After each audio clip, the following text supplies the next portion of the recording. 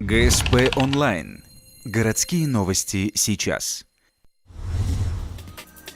Среда, 14:00. Здание городской администрации. Брифинг по подготовке к крещенскому купанию. Традиционно на праздник горожане окунаются в ледяную воду. Для этого в Ухтинском районе обустроят 4 купели. У бассейна «Юность» в Ухте, на Яриге, Водном и в Боровом. Будет сделан деревянный спуск с перилами, проведут освещение, а у некоторых купелей установят палатки для переодевания.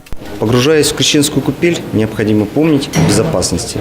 Это самое главное. Не допускать переохлаждения организма, быть трезвыми, соблюдать дисциплину собственную. Необходимо перед принятием купели это физически определенные упражнения, разогреть свои мышцы. Просьба относиться друг к другу с уважением, соблюдать меры безопасности, и тогда этот праздник принесет вам радость.